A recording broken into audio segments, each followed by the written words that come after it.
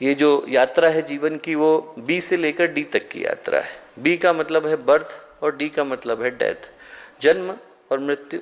न जन्म व्यक्ति के हाथ में है और न मृत्यु व्यक्ति के हाथ में है, पर जो बीच में छूट गया है सी, वो हम में से प्रत्येक के हाथ में है। सी का मतलब है चॉइस। हमारे हाथ में हमेशा से चॉइस है कि हम अपने जीवन में सही कर्म कर सकते हैं, सही निर्णय ले सकते हैं। एक संत की कथा आती है कि एक संत थे और वो जो संत थे वो एक बार जल के अंदर एक बिच्छू को बचाने की कोशिश कर रहे थे, और जब उनने बिच्छू को बचाने की कोशिश करी तो जितनी बार कोशिश करते उतनी बार बिच्छू उनको डंक मार देता था। तो एक व्यक्ति वहाँ से गुजर रहा था। गुजरते हुए उसने संत से कहा कि भैया क्यों परेशान हो रहे हैं आप, इस बिच्छू का काम ही डसना है, इस बिच्छू का काम ही काटना है, इसका तो धर्म है, इसका तो नेचर है कि ये काटेगा। तो संत बोले इसका नेचर काटना हो सकता है पर मेरा नेचर बचाना है, मैं अपने नेचर को कर रहा हूँ।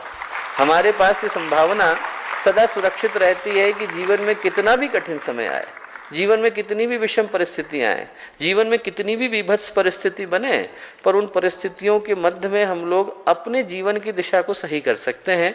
और यही पूज्य गुरुदेव ने कहा कि यदि हर व्यक्ति उस सही दिशा का पालन करता है, यदि हर व्यक्ति के जीवन में वो सकारात्मकता आती है, यदि हर व्यक्ति के जीवन में वो दिव्यता आती है, तो फिर किसी और स्वर्ग को ढूंढने की आवश्यकता नहीं। मनुष्य में देवत्व का उदय होता है और धरती पर स्वर्ग का अवतरण होता है।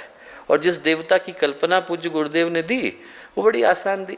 उन्होंने कहा देवता बनने के लिए व्यक्ति को और कुछ करने की आवश्यकता नहीं, सिर्फ उसको अपने अंदर देने की भावना को विकसित करने की आवश्यकता है। संत तुकाराम की कथा आती। संत तुकाराम थे, छोटी सी झोपड़ी में रहते थे। उनकी परीक्षा लेने के लिए भगवान शिव गए, भगवान विष्णु गए। भगवान शिव ने और भगवान विष्णु ने अपनी लीला से बाहर बारिश पैदा कर दी, और जब उनने देखा कि बारिश हो रही है तो भगवान विष्णु ने दरवाज़ा खटखटाया, अंदर आ जाएं, बाहर बहुत बारिश हो रही है।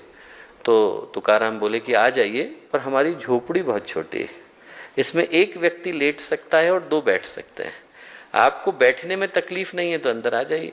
आ गए, भगवान विष्णु भी आ गए और आके बैठ गए, घुटने मोड़ के बैठ गए। 2-3 घंटे गुजरे कि भगवान शिव आए, दरवाज़ा खटखटाया, अंदर आ जाए। भगवान शिव ने पूछा, तुकाराम बोले कि आ जाइए, पर हमारी झोपड़ी छोटी है, इसमें एक व्यक्ति लेट सकता है, दो बैठ सकते हैं, 3 खड़े हो सकते हैं, आपको खड़े होने में तकलीफ नहीं है तो आ जाइए।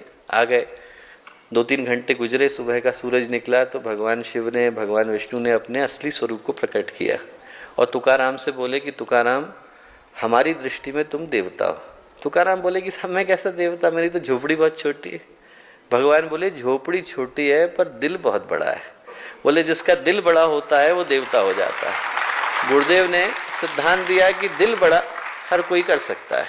आज के समय की समस्या है कि व्यक्ति अपने दिल को छोटा करके बैठ गया। यहाँ तक की जो यात्रा है वो ये स्पष्ट करती है कि मनुष्य का जीवन वरदान में बदलता है यदि हम लोग बांटना शुरू करते हैं। आज की तारीख में हम छोटे से छोटे बच्चे को भी तो बटोरना ही सिखाते हैं। आप सोचिए बांटना सिखाता कौन है?